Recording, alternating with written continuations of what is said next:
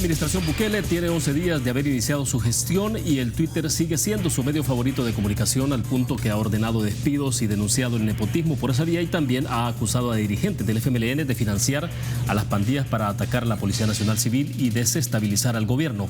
¿Cuál es el estado de salud de la democracia y qué consecuencias tiene para la gobernabilidad la dispersión de las principales fuerzas de oposición en la Asamblea Legislativa, por ejemplo? La respuesta a esa y otras preguntas aquí en 8 en punto.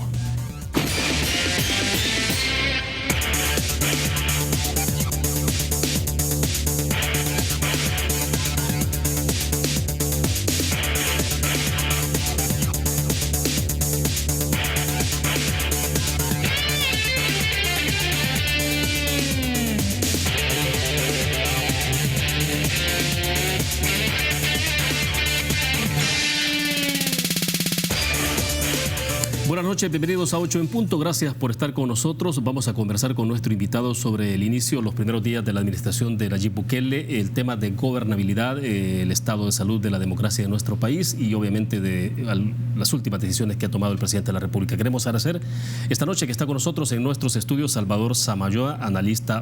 Salvador, bienvenido, buenas noches, un gusto. Hola, buenas noches, William.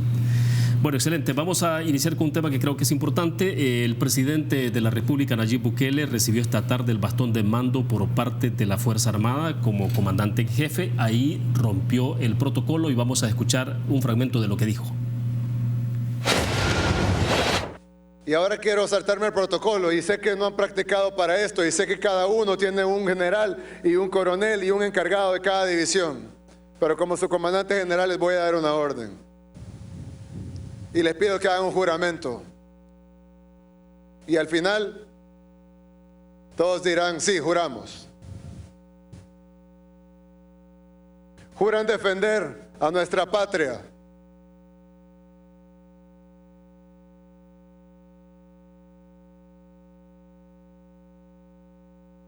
Juran defender a nuestra patria de las amenazas externas e internas.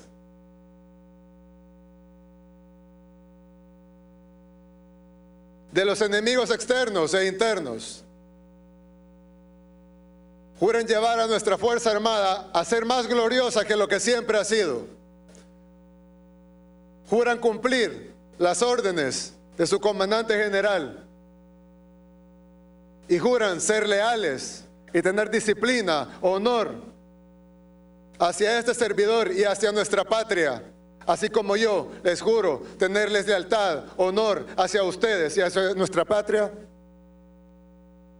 ¿Juráis? Sí. Si así lo hiciereis, que la patria os premie, si no, que ella os lo demande. Quedan debidamente juramentados todas las tropas de nuestra gloriosa Fuerza Armada salvadoreña. Que Dios los bendiga a todos. Bueno, esa es parte, digamos, me parece que un poco la parte medular de lo que del discurso que ha dado el presidente Nayib Bukele. Juran ser leales a este servidor. Ya lo escucharon ustedes, ese es tal cual lo dijo ahora en la tarde en ese evento que ha habido ahí, donde ha recibido el bastón de mando por parte de la Fuerza Armada y ahora sí como comandante en jefe. Salvador, un poco el análisis. Bueno, esto no lo había escuchado yo, esta juramentación a la Fuerza Armada. A mí no me llamó tanto la atención lo que tú estás comentando, porque esto de alguna manera ya lo había escuchado en el discurso de toma de posesión, que es el mundo al revés. Se supone que el día de la toma de posesión es el día en que el presidente jura lealtad al pueblo y a la Constitución, no el día en que el pueblo le jura lealtad al presidente. O sea, le dio vuelta por completo a la lógica entera y el sentido jurídico y político que tiene el acto. Entonces, que ahora vuelva a pedir que le juren lealtad, bueno, ya no me sorprendió tanto. En cambio, hay una frase que para los que ya somos mayores, estoy seguro que va a sonar unas alarmas y unas campanas bien fuertes. Ese tema de pedirle a la Fuerza Armada a combatir al enemigo interno, teníamos décadas de no escucharlo. Esta fue precisamente la esencia de la doctrina de seguridad nacional, por medio de la cual se involucraron casi todos los ejércitos de América Latina en la represión al pueblo, en coartar y conculcar las libertades públicas, la libertad de expresión, y lo hacían directamente los ejércitos, las Fuerzas Armadas. Sí. Entonces, a mí que ahora le pida con ese lenguaje reiterativo, además y usando esa expresión del enemigo interno. ¿Quién es el enemigo interno, por favor, presidente? ¿Quién es el enemigo de quién? ¿Quién es el enemigo interno? ¿A qué se está refiriendo? Si hay gente que viola la ley, tenemos unos procedimientos, tenemos unas leyes, tenemos una fiscalía que es constitucionalmente la que investiga, y tenemos unos cuerpos de seguridad pública que son los que constitucionalmente están encargados de... No es la Fuerza Armada. La Fuerza Armada está para proteger al país y a su soberanía. O sea, puede ser que ocurra alguna vez un enemigo externo, y eso sí sería constitucional. Vaya, está la Fuerza Armada en labores de seguridad pública, pero en apoyo a la Policía Nacional Civil. Al menos esa es la figura eventualmente, ¿no? En apoyo, y eso porque presidentes anteriores han saltado un poco por encima de la disposición constitucional que les exigía que si querían utilizar a la Fuerza Armada tenían que acudir a la Asamblea, por lo menos a posteriori, y prácticamente declarar que era una situación excepcional, un estado de excepción, que no de emergencia, que no es lo mismo que el régimen de excepción, sino que una situación de excepción en la que ya no son suficientes los cuerpos y las fuerzas de seguridad para contener una situación de delincuencia. Entonces los presidentes anteriores no han hecho bien esa tarea de la ley, y la Asamblea se los ha permitido, pero en cualquier caso solo puede hacerlo para efectos de delincuencia y como auxiliar o complementario de los cuerpos de seguridad, pero pedirle a la Fuerza Armada de una vez involucrarle en la lucha contra el enemigo interno, yo creo que nos tendría que explicar primero en qué está pensando y en quién está pensando como enemigo interno, porque mientras no se diga lo contrario, los que conocemos ya un poquito de historia y somos un poco mayores, sabemos qué significa eso de pedirle a las Fuerzas Armadas que luchen contra el enemigo interno. Es decir, si no hay una aclaración, ¿cree usted entonces que sí se podría permitir esto a variadas interpretaciones, o eso lo remitiría a cualquiera inmediatamente entonces justamente lo que decía, que es lo que pasó hace 30 años en este país? Bueno, que él explique qué significa eso, que él, si no lo explica, seguro va a dar lugar a interpretaciones, y una de ellas, y la más dominante, va a ser esta de la que yo estoy hablando. Ahora bien, Salvador, ha pasado una cantidad de hechos importantes, lo vamos a ir analizando despacio, pero por ejemplo hay un hecho puntual y que tiene que ver en esta denuncia que hizo el presidente Bukele, en donde él dijo a través de un tuit que hay información de las 3 agencias de inteligencia del Estado de que 2 altos funcionarios del FMLN están financiando las pandillas a cambio de atacar objetivos de la Policía Nacional Civil para desestabilizar al gobierno. Tenemos 11 días, ¿no? Pero ha ocurrido mucho, tal parece que vamos bien acelerados en términos de los acontecimientos y sobre todo de declaraciones del presidente. ¿Cómo interpretar este caso puntual? Porque el FMLN reaccionó de inmediato, ¿no? Y fue a poner una especie de aviso a la Fiscalía General de la República ante esa situación, y bueno, y ahí está, ¿no? O sea, ¿cómo interpretarlo? Pues es una acusación bastante grave y por otra parte poco creíble, y por otra parte hecha en una forma que es muy discutible, por decirlo menos. Es poco creíble porque todos sabemos que los dirigentes del FMLN, o algunos de ellos, que efectivamente tuvieron, como los de otros partidos, tratos con las pandillas, todos sabemos que en los 5 años de gobierno del presidente Sánchez Serén, el divorcio y el distanciamiento fue total, y la guerra que las pandillas le plantearon al gobierno del FMLN fue total, y que no hay ningún vínculo, digamos, de cooperación ni de entendimiento, y resulta poco creíble que ahora de la noche a la mañana el FMLN llegó y los pandilleros lo recibieron, y el FMLN les dijo que les iba a financiar, les iba a dar dinero si mataban policías. Es una historia poco creíble, digamos. Pero por otra parte es una acusación muy grave, porque el Código Penal reconoce distintos tipos de delito. La infamia es una cosa, la injuria, la difamación y la calumnia. Y hay uno de esos tipos que es más grave y que sí ha estado penado de manera distinta, y es cuando tú acusas a otra persona de haber cometido un delito. No es lo mismo a que acuses a otra persona de haber difamado, pero cuando la acusas de haber cometido un delito, eso es bien grave. Y en este caso particular, la acusación es de haberle pagado a unas personas para que maten policías. Es una acusación gravísima, y yo creo que es muy irresponsable haberla hecho de esa manera y decir solo, es que las tres fuentes los órganos de inteligencia del Estado lo confirman.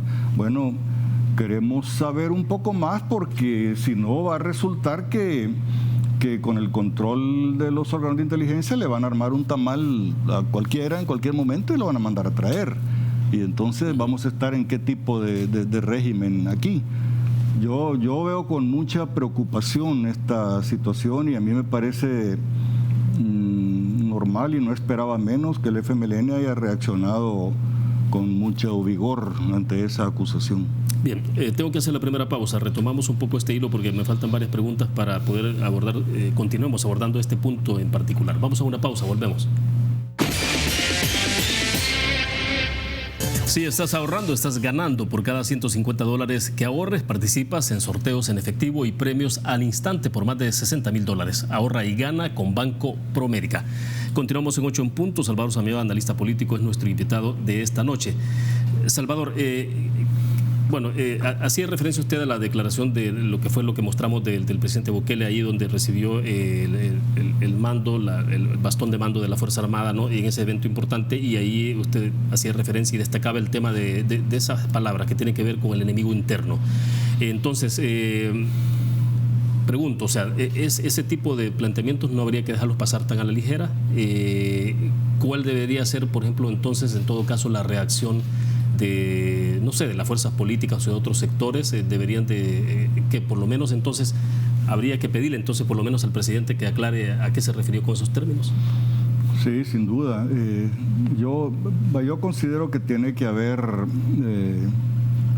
y así creo que hemos comenzado casi todos los sectores del país, con respeto al presidente, incluso los que adversábamos su candidatura porque nos parecía que no iba a ser buena para el país, pero él ganó y se le ha reconocido su triunfo democrático, y digamos todos le hemos expresado la disponibilidad a ser constructivos y respetuosos y a jalar el carro para adelante. Ok, eso por supuesto debe seguir así, pero debe también haber oposición.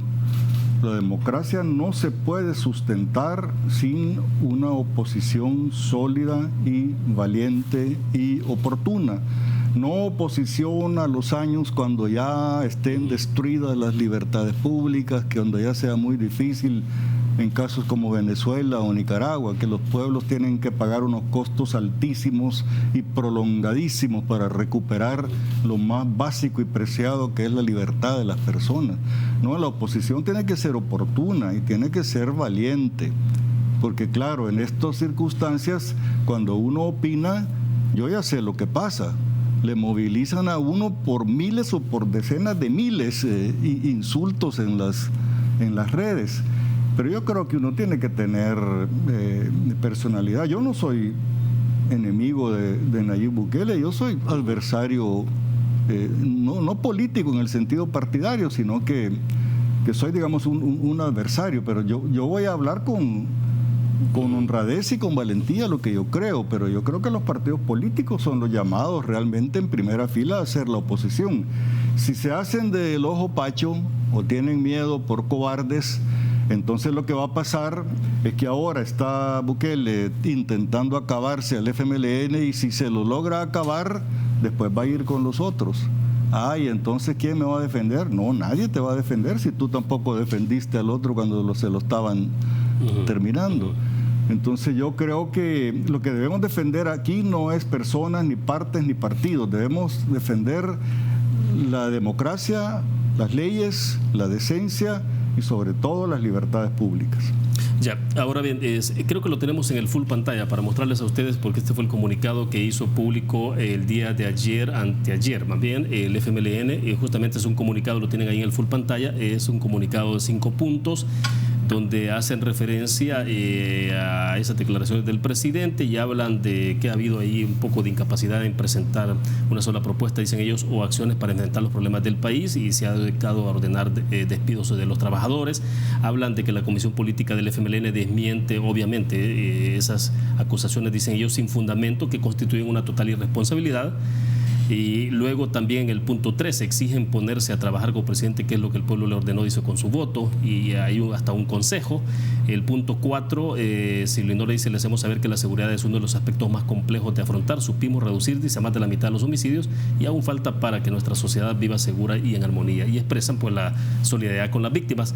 Pero justamente después de que sacaron este comunicado, decíamos, también el FMLN ha acudido a la Fiscalía General de la República a presentar, que sería prácticamente más que una denuncia, un aviso. Pero bueno, ha habido una reacción, y entonces, Salvador, ahí está clara la reacción del FMLN, ¿no? Pero el resto de fuerzas políticas de la sociedad civil, que no sería como un endoso de una especie de solidaridad, no sé si exacerbada con el FMLN, pero sí sería a partir de qué elementos, ¿no? Porque cualquiera puede decir, bueno, pero quizás el presidente también tiene alguna evidencia en sus manos. Sí, si él tiene alguna evidencia está bien, pero lo que no se puede en un caso como ese es hacer una acusación de ese tamaño, de ese nivel de gravedad. Fíjate bien, recordemos otra vez, está acusando a unos, porque además dice a 2 altos dirigentes del FMLN, o sea, a personas de haber cometido un delito tan grave como darle dinero a unos pandilleros para que maten policías. Es gravísimo. Yo creo que de verdad va a tener que decir si tiene o no tiene elementos, cuáles son, por lo que no se puede tolerar es que sin fundamento o por chismes le armen un tamal a cualquiera y lo perjudiquen. Para mí los partidos deben reaccionar, pero no por solidaridad con el FMLN. Deben reaccionar porque todos debemos exigir que las cosas se hagan conforme a la ley. Si el presidente tiene una indicación de ese tipo, él tendrá información todos los días de organismos de inteligencia. Claro. Tiene que tener el criterio, la ecuanimidad, la prudencia para procesarla despacio, para verificarla, no salir al minuto siguiente a lanzar acusaciones, y además tiene los conductos para hacerlo. La Constitución establece que el único encargado de llevar una acusación penal es el fiscal general de la República, no es el presidente. Entonces lo que no se puede aceptar es que el presidente comience a convertirse en juez y en fiscal general y en legislador, y porque entonces quiere concentrar todos los poderes en su persona. Ese no es el régimen democrático que tenemos en el país. Ahora, ayer el presidente de la República, en la reunión que tuvo con su gabinete ampliado, le dio instrucciones al ministro de Justicia y Seguridad que entonces presentara toda la información que tenía a la Fiscalía General de la República para eso sí está bien. Ese sí es un procedimiento que yo puedo respetar. Sí. Si presentan por conductos adecuados al funcionario correspondiente lo que tengan de información, eso es proceder conforme a las instituciones y a los conductos. Correcto. Ahora, pero sí está claro, ¿no? Porque en el tweet... Pero antes tira la acusación. De una acusación directa, ¿no? Sí. Y no dijo posiblemente o supuestamente, sino que hizo una acusación directa, pero ahí también uno pensaría, bueno, hasta qué punto, qué tipo de información es la que se cuenta, porque se pueden ser, ¿qué? Alguna declaración, intercepción de llamadas telefónicas entre pandilleros, alguien que hizo una referencia, pero porque se tendría que individualizar el delito también, si fuera el caso, ¿no? No, por supuesto, en cuestiones penales el delito siempre hay que individualizarlo y por supuesto hay evidencias que son aceptables y hay evidencias que no son aceptables en un tribunal y en un caso judicial. Entonces ya veremos, él le instruyó al ministro, ya veremos qué cosa le presenta el ministro al fiscal, y ya veremos qué criterio tiene el fiscal para hacer lo que corresponda con esa información. A mí, así, a prima facie, como dicen, o sea, a primera vista, me parece un poco increíble y me parece poco prudente que a los 3 días o 4 o 5 de gobierno tenga ya reportes de inteligencia del Estado, los haya evaluado, procesado, verificado, haya determinado que son sólidos y haya lanzado una acusación a los medios de comunicación. me cuesta un poco creerlo realmente. Salvador, porque después de la firma de los acuerdos de paz, ¿qué fueron los hechos más relevantes que ocurrieron que uno puede decir donde pudo haber una situación? Bueno, estuvo el asesinato, ¿no?, de Francisco Vélez en aquel momento, ¿no? Después el buzón de Santa Rosa, pero fue un poco en el contexto de las negociaciones, ¿no? No, el buzón de Santa Rosa después, ¿no? Allá en Nicaragua la explosión. Sí, fue en Nicaragua. Ya, pero después de eso, Naciones Unidas certificó todo el desmontaje del aparato militar del FMLN, o sea, no se vio después de eso a un FMLN involucrado en ese tipo de actividades. No, pero puede ser que alguna vez procedan de manera delictiva o ilegal. Yo no voy a meter las manos en el fuego por nadie. Si es posible que alguien del FMLN o de cualquier otro partido haya hecho alguna cuestión delictiva. Si lo que yo estoy cuestionando es la forma de proceder, la forma de denunciarlo, la forma de canalizarlo y el hecho de ir primero a los medios con una acusación de ese tamaño, cuando yo creo que debiéramos ser un poco más prudente. Yo no le estoy pidiendo que oculte lo que no tiene que ocultar, pero a las personas se les daña en su moral y a las personas jurídicas también si se lanza una acusación en los medios. Después resulta que el fiscal o el juez encontró que no había mérito, que no era sólida la evidencia, la descartó, lo sobreseyó. Pues sí, pero ya le hiciste el daño en los medios de comunicación a una persona, entonces hay que tener mucho cuidado y uno espera de sus autoridades que sean los más cuidadosos, digamos, los que más respeten las leyes, los procedimientos, las instituciones. Perfecto. Vamos a hacer otra pausa comercial. Cuando regresemos hablemos un poco de ya las decisiones. Ha habido toda una denuncia y públicas a través de la cuenta de Twitter del presidente de la República, a través de su cuenta, donde él ha señalado el nepotismo en el caso del FMLN, ¿no? Eso lo ha estado haciendo de manera recurrente durante toda la semana. Así que vamos a hablar un poco de ese tema después de la pausa. Gracias por continuar con nosotros. Salvador Samayoa sigue con nosotros en nuestros estudios. A ver, Salvador, el presidente de la República prácticamente la semana pasada y continuó esta semana a través de su cuenta de Twitter, entonces despidiendo una cantidad importante de gente, sobre todo parientes del presidente de la República, parientes de otros funcionarios del FMLN o dirigentes del FMLN.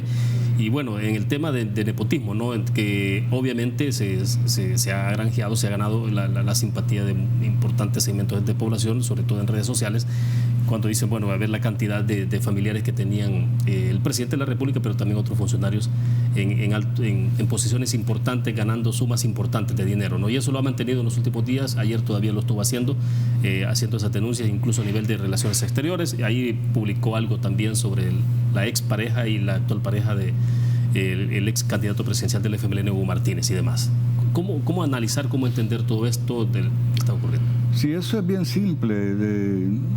Bukele sabe perfectamente que hay un resentimiento y una indignación bastante generalizada en la población por los abusos y una de las formas de abuso del pasado, y el que está más fresco es el pasado del FMLN, porque también hay otro pasado que está también relativamente cerca y que son amigos de Bukele, porque el presidente Saca y varios de sus funcionarios y todos son amigos de Bukele, todavía están en su círculo, pero bueno, el pasado más cercano es el del frente. Entonces Bukele sabe que ahí hay una indignación de la población, entonces él toca una tecla que es ganadora seguro, va a causar indignación y va a obtener respaldos masivos por estar desenmascarando, descubriendo y combatiendo supuestamente el nepotismo.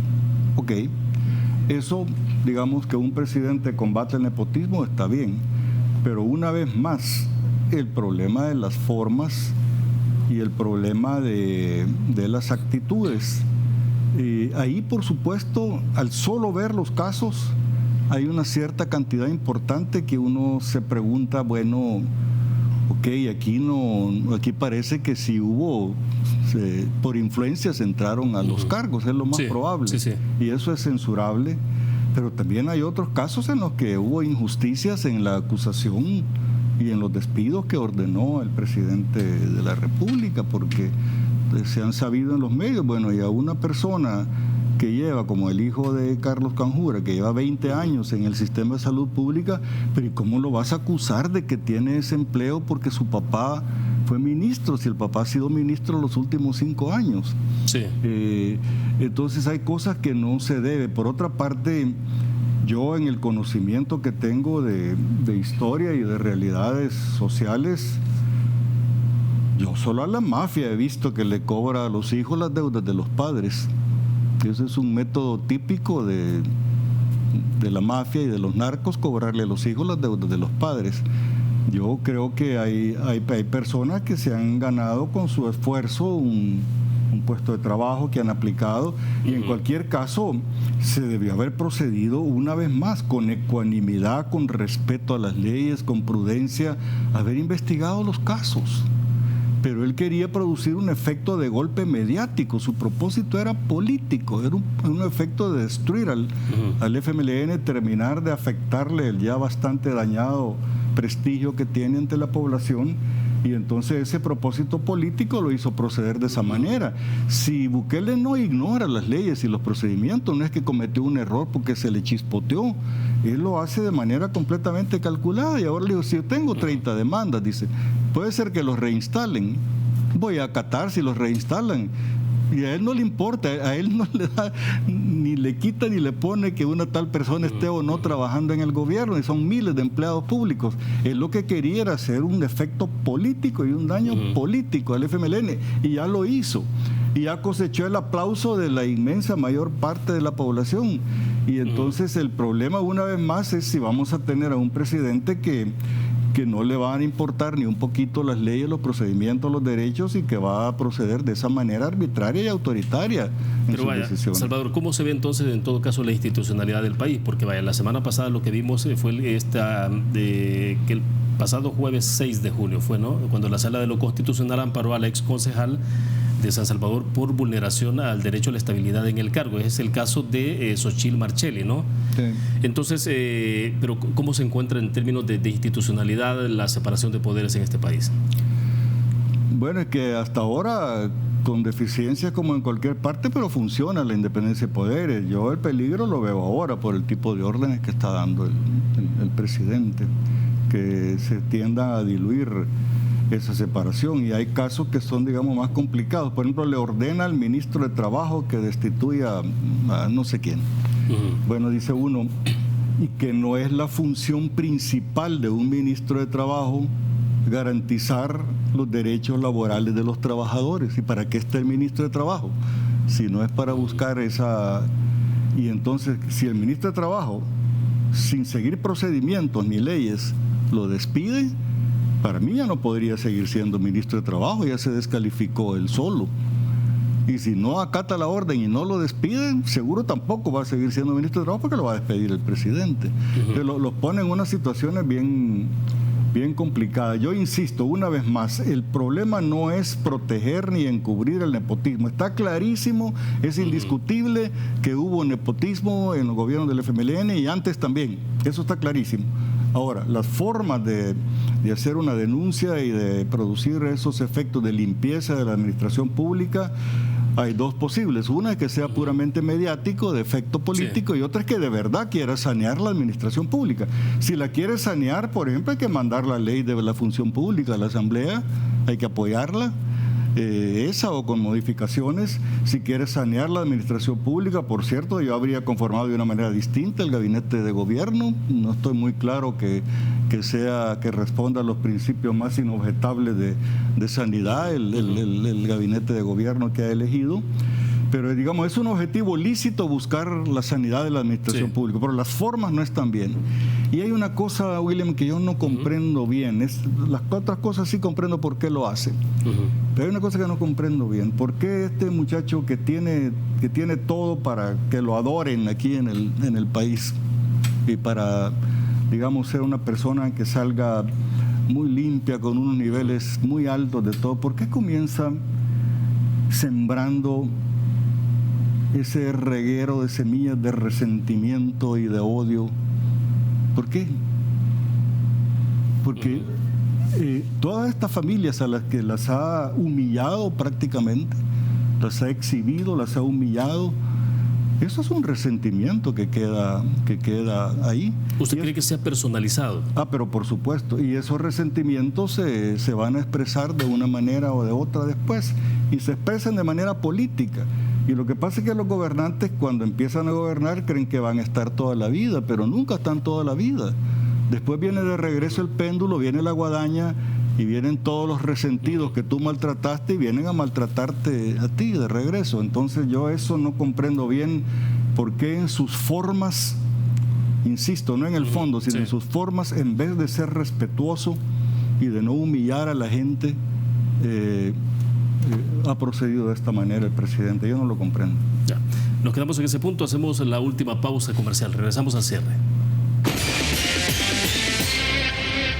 Bien, estamos al cierre de 8 en punto. Salvador, yo creo que es importante que hablemos un poco de cómo está la Asamblea Legislativa, sobre todo particularmente los partidos políticos, qué está pasando con el FMLN, qué pasa con el Partido Arena, en términos de cómo se configuran como partidos de oposición.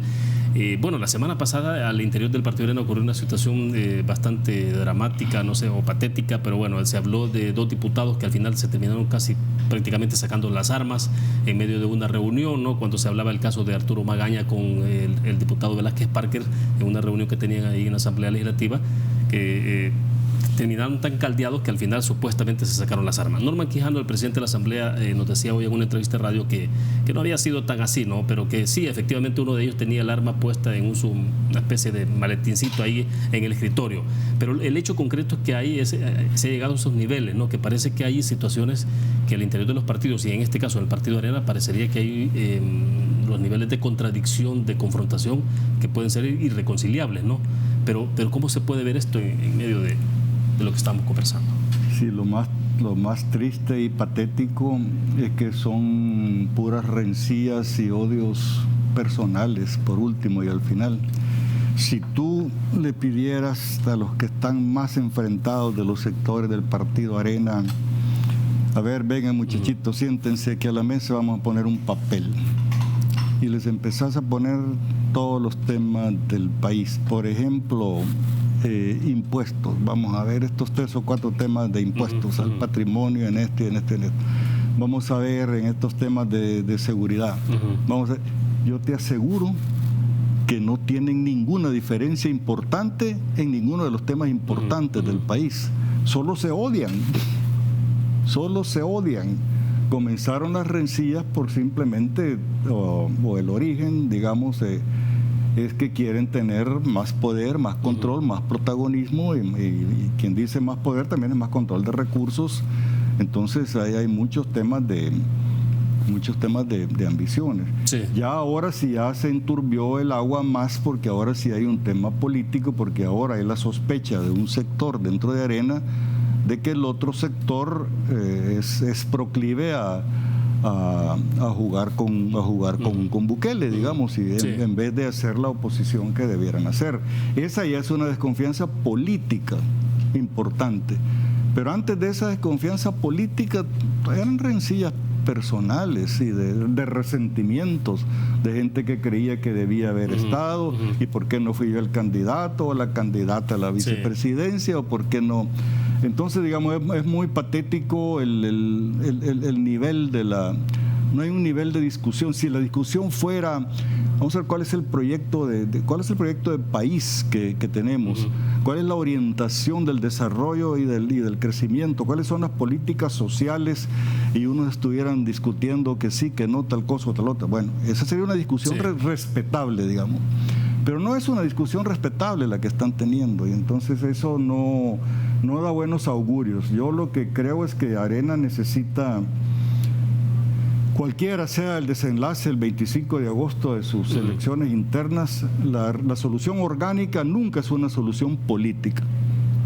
Lo que va a ocurrir en agosto es una solución orgánica, pero es el punto de partida. Al menos gane quien gane, que se quede con el partido y que con un cierto nivel de coherencia trate de sacarlo adelante. Ahora, ¿qué implicaciones tiene entonces que al final lo que ocurre en la Asamblea Legislativa es tener una oposición que esté sumamente debilitada? Bueno, yo creo que la aspiración del presidente Bukele es tener lo más debilitada posible a la oposición, sin duda.